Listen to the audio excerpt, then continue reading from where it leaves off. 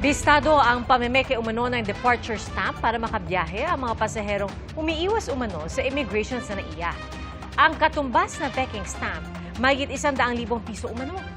Saksi, si John Consulta. Sa NBI kami ha.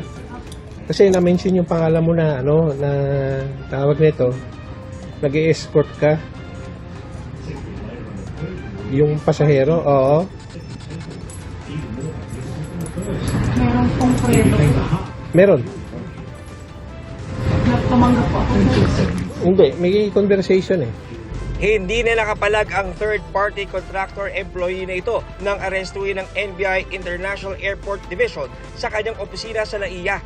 Ayon sa NBI at Bureau of Immigration, nabisto ang modus ng suspect nang ma-intercept ang isang pasahero na palipad dapat patungong Malaysia. Pero natuklasan na ang BI departure stamp na nakatatak sa kanyang pasaporte at boarding pass ay counterfeit o peke. Sa tulong po ng Bureau of Immigration at ng NAIA Task Force, na-discover po na itong si ay nag-e-escort o nagpapacilitate para po makalipad ang isang pasahero na natatakan po ng departure stamp na peke. Ayon sa NBI, ginamit ng suspect ang kanyang access sa airport para sa kanyang modus operandi. Una raw dumating via cryptocurrency ang pera bago pinadala sa e-wallet ng suspect. Target umano ng pasahero na makaiwas sa pagharang ng BI dahil may dati na siyang record. Nang aming tanungin ang suspect kaugnay sa mga aligasyon sa kanya. Totoo po ba yung sinasabi nila tungkol po sa inyo? Totoo po ba yun? Hindi po. Meron ho ba kayong pagsisisi kung meron man?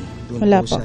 Ito ay pagbibigay pahalaga sa aktibong drive ng ating pamahalaan in combating human trafficking, no? Especially or illegal migration, especially itong favorite destination places. Para sa GMA Integrated News, ako si John Consulta, ang inyong saksi. Mga kapuso, maging una sa saksi. Mag-subscribe sa GMA Integrated News sa YouTube para sa iba't ibang balita.